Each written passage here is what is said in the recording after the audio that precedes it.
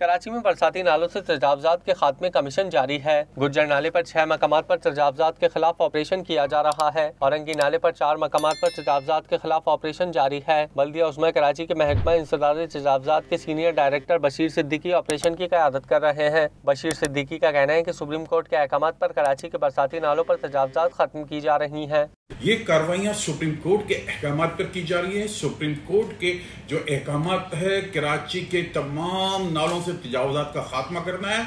इससे पहले हमने जुबली मार्केट से 164 दुकानों का मुकम्मल तौर पे खात्मा किया। बिल्कुल सेम इसी तरह महमूदाबाद नाला जो है, अगर आप देखेंगे, वहां से तजावजात का खात्मा किया। और जहां जहां भी तजावजात इस कराची शहर में होंगी, कराची मेट्रोपॉलिटन कॉरपोरेशन बल्दिया उज़्मा कराची जो है वो वहां पर कार्रवाइयां करेगी।